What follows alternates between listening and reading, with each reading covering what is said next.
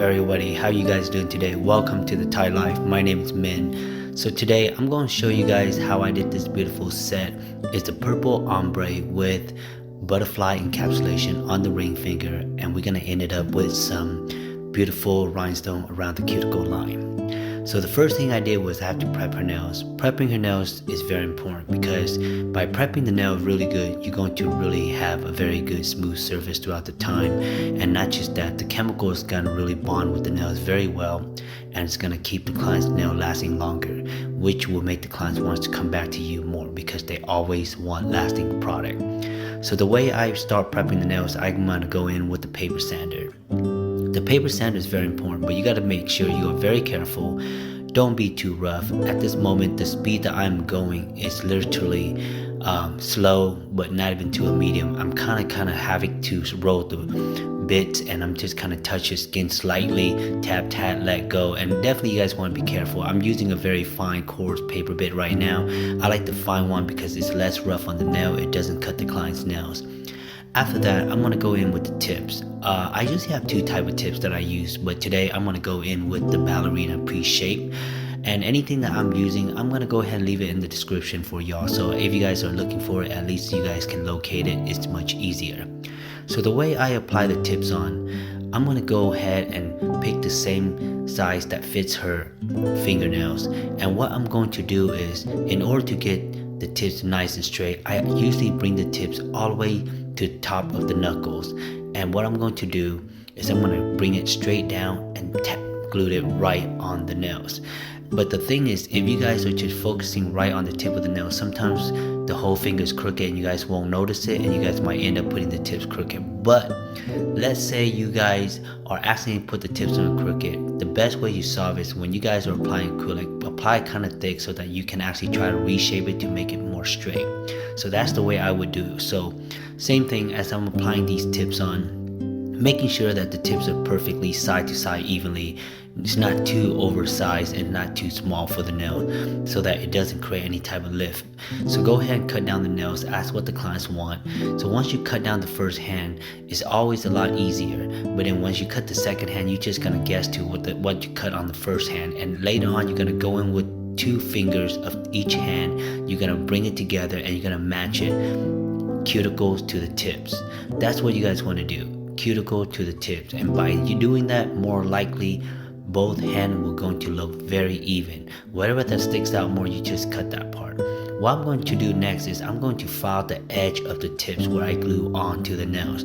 The reason why I'm going to do that is because, as you know, the tips are kind of thick. So if you apply onto the nails and you don't do this part right here, you're going to have a little hump coming up, and that's going to cause you to be a little bit hard when it comes to the application. So go ahead and rough that part out. So once you are satisfied with this part right here, what you're going to do is you're going to dehydrate her nails. The more dehydration her nails going to be, it's going to help with the bonding when you apply the acrylic onto her nails. So what I'm going to do is I'm going to go in with the Young Nail Dehydrator. I'm going to give it 2 pumps, and I'm going to use this litless paper that I'm going to wipe off her nails. The moment you wipe off her nails with this solutions, you're gonna see a very fast effect of a white nail. And when you know the nails is all white, more likely it's going to be very dehydrated, which is ready for the next step, which we're gonna go in with the Young Nail Protein Bond. The reason why I like to use this protein bond is because it has keratin in it. It really helps straightening the nail, but at the same time, it's gonna help clients with paper thin nails to really get strong with the acrylic over it. So I'm gonna go in with 2 coats of the protein bond. And what you guys want to do is kind of let the protein bond dry out a little bit. So here we go. We're going to go ahead and start the ombre. So when I'm doing the ombre, I always take the first bead and I'm going to put it 3/4 of the nails. And the first thing I'm going to do is I'm going to just lay all the acrylic onto the nails to where I need to be on. Okay, once I'm satisfied with that part, as you guys can see, I'm just slowly patting it down. There's really no rush when it comes to the color acrylic or any type of application. What you want to do is you just slowly get the way the nails you want it to be. So what I'm going to do is I'm going to start brushing, making sure it's nice and smooth. If you guys have seen in my other tutorial videos, I always talk about the application being smooth, because once the application is smooth, you're not gonna need to use the E5 too much to really smooth down the surface, and it's less work for you. So that's how you save time. The reason why I did not do the ring finger is because the ring fingers, I'm going to save that for the butterfly design. I'm going to go in with the clear powder later, so I explain to y'all about that later. But let's continue with this first coat, doing the purple ombre. As I lay the first coat 3/4 of the nails, what I want to do is I'm going to make sure the top of the first base, I'm going to try to brush it very hard just to bring all the acrylic down to the tip of the nails. The reason why I want to do that is because it's going to help me with the blending when I put the second coat of acrylic over it. So let's go ahead and pick up the bead, and let's go ahead and see how I kind of let it wait a little bit. I'm going to go ahead and put 3/4 of the nail. See how I'm going to spread it all over the nails. And what I'm going to do is I'm just going to hold the finger. I'm going to kind of lean it down. You notice how I'm holding the client's hand, I'm leaning it down. The reason why I'm leaning it down is so that the acrylic just naturally fall down to the natural nails that I'm playing on. So what I'm going to do is I'm just going to focus on cleaning the side of her nails just to create less mess. But the main thing is getting the top part of the first layer of the nails kind of thin out, so that it's going to help me blend in the surface when I'm doing the ombre. I mean, I'm just trusting the process as I'm going. So the way I pick up the bead, I always dip it in the brush, and I always kind of like move it back and forth just to get all the extra monomers out of my brush. So I pick up the bead, okay? And really, you're not really picking a big bead, but you can if you want to, but there's no point because there's going to be a couple layers that goes on top of this beautiful ombre. So again, what I'm going to do is I'm just going to go ahead and just kind of work my way, trying to get that nice smooth surface and keeping it clean throughout the nails, because you know, when I do application, I don't want a big mess. I don't want any acrylic linger on the bottom, on the side. At that moment, while it's still wet, it is your opportunity to clean, and always keep the surface nice and smooth. Once I'm done with that, of course, most people will go in with the blend, but I want to finish up with the ring finger. So I'm going to go in with the clear powder. The reason is she wants a clear ombre on this finger design. So I'm going to go in with the clear powder by Young Nail. It's called Clear Speed. And what I'm going to do is, again, I'm going to make this very, very thin. I'm not going to put a lot of coat on here. It's a very thin layer of acrylic. And after that, I'm going to go in with the butterfly. But the reason why I make it thin is so that at least if she wants to change her design the next time, I can actually take off the butterfly and still keep her nails on the bottom. So once I go in with the butterfly, I'm just using my katana, and I'm going to pick up the butterfly, and you can readjust it however you want. But the way you do it is I put an adhesive on. It's a rhinestone adhesive that I put on the nails, and what I do is once I put that nail, the butterfly is going to stick, and then after I cure it, it's going to stick on the nail. I'm going to go in with another clear just to cover the butterfly, a very thin coat. So here I am doing this blending part. The blending part, I am using a Rosebud by Young Nails, and the Rosebud can be very tricky. Sometimes if you use a very dark color, you can't use the Rosebud to blend. You can definitely see through, but the way I did with this purple, and this purple was cutting the borderline right here because it's kind of on the dark side.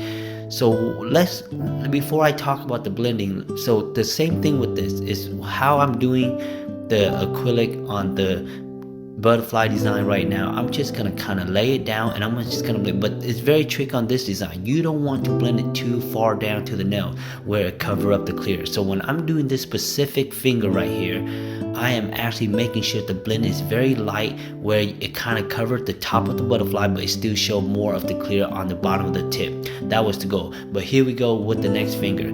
The reason why I'm able to blend this in well with the dark purple is because you see how I kind of laid the first bead right where the line is at, where the purple line is at. The reason why I did that is because the first thing I want to do is cover that first base purple line. So what I'm going to do is I'm going to go in and I'm kind of brush it down, trying to make that blend. So once I go in with the second bead, I'm going to kind of get close to the cuticle, and I'm going to try to brush it down to cover it. Now it's like you're doing a 2-ball on a backfill, okay? Keep in mind, You don't have to get it close to the cuticle, but close enough where it doesn't look like they need a backfill right away, okay? Because if you get it too close, it's gonna get on the skin, it's gonna be a hot mess. But always continue keeping your brush nice and clean. As you can see, there's no such thing as 1, 2, 3, 4, 5 bead. It's really just what works for that ombre, and I always want to make sure the ombre, when it blends perfectly throughout each finger. You don't want the blend to be one shorter than the other fingers drag on longer, so that doesn't look good. So let's check out this finger right here. As you can see, this one I kind of laid just one bead over it because I kind of have that conflict. When you pick up the bead, you kind of have to know like how much acrylic you're picking up, and based on the acrylic that you're picking up, you're gonna try to cover up the nude like that. But then at the same time, I'm not satisfied. I'm gonna go in with a little bit more to drag down the blend. Remember what I say, dragging down the blend is very important because you want to make sure every single finger has the consistency of the blend, and that's what makes a beautiful ombre. So this set right here, you know, I think the biggest thing is really the acrylic. The acrylic's gonna take you the longest because you're definitely using almost like several coats on this one. And at the end, what you guys want to do is you guys can actually cover this acrylic with a clear powder. It's up to you. Meaning, if you cover it up with the clear powder, more likely it won't shave away the blend. It kind of protects the blend. So at the end of this ombre, I did that. But I don't know why I did not show you guys in this video, but I did that. So I went in, I covered every single finger with the clear powder so that when I go in with the E-file, definitely it did not damage the blend, and it's gonna keep that blend the way you want it to be. And again, just remember, there's really no such thing as how many beads. Just make sure you take your time and you get that art craft down with the ombre, because that ombre is all about how well you blend it, and that's gonna look really good. So again, after I put the clear powder on, I'm gonna go in with the shape. Shaping is really important at this point because this is where the nail is gonna really transform into everything that you want it to be.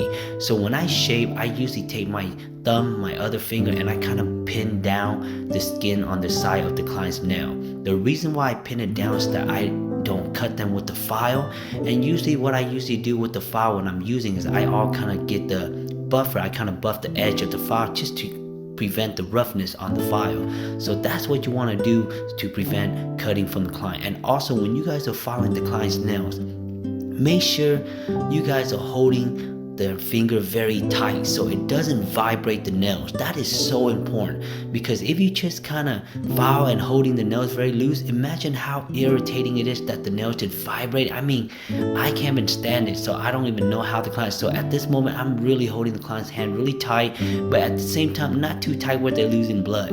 So you want to make sure that you just take your time, get the shape right, and make sure you gotta look left, right, and under the nail to get the shape perfectly. And here's come the big hard part about shaping is the E-file. The E-file is important. When a nail tech tell me they can shape without using the E-file, I don't care what they say, it doesn't work out right. The E-file is like the shaving of the cake. So what you're gonna do with the E-file is you're gonna flush the cuticle really well, and when I say really well, it's mean enough where it's nice and smooth without giving them the ring of fire. And I always start out by going around the cuticle first, and then after the cuticle I like to go around the surface, but I always keep my acrylic nice and smooth so I don't really have to go through the surface too much. But the reason why I'm going through the surface a lot on that finger is because I did the butterfly encapsulation, I did the ombre, and I kind of cap it with a clear, so the acrylic is kind of thick on this finger. So it's okay to shave that down, and always try to use the E-file. At this moment, I am maximizing the speed of my E-file. When I use the E-file, I like to maximum it, because the reason is when that blade is running at its maximum, it gives you such a nice shave on the acrylic, and that's how you get such a nice beautiful curve on the acrylic with the apex. That's why I love using my machine very fast. I know a lot of nail tech that I work with, they don't like using it fast, they get scared, it's loud, but you know what? I got used to it. Like now, if it's not fast, I can't do it. I feel like it slows me down. But same thing when I am holding the client's hand using the E-file, I always kind of hold it where I'm tilting down. I'm moving her finger left to right. I'm not shifting my body or anything. So it's important that you hold the finger correctly. And if your hand shakes so much using the E-file, put your ring finger and your other pinky together with the other hand for stability, and that's how you do it. You know, we all shake, so the way we do is we constantly just hold that method, and that's the technique right there. To really use the E-file is the way you hold it.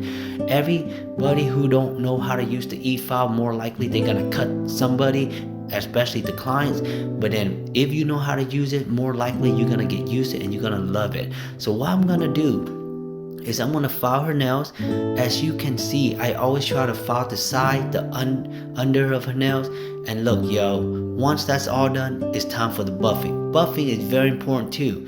Buffing is where you get everything nice and smooth. Especially you have to buff the side, the top of the nails, because if there's always acrylic just lingering under there, like the extra acrylic that you don't notice, you definitely have to go in with the buffer on this top. And you notice I just had a file right on the side of my table, because sometimes I have to go back and refile the shape, because once you buff so much, it kind of gives a little shift to the shape, and I want that shape to be nice and straight. So before I go in with the rhinestone, I'm going to go in with the top coat. The reason why I like to go in with the top coat, I'm going to tell you why, is because I like to put the rhinestone last, because once I put the rhinestone on, I'm going to put the adhesive on and then the rhinestone, and I'm going to place it where I want it to be. I care, and I'm done. You don't need to put rhinestone, and you don't need to put top coat over the rhinestone. The reason is back in the day we had to put top coat over the rhinestone because we didn't have gel polish. So here comes the adhesive.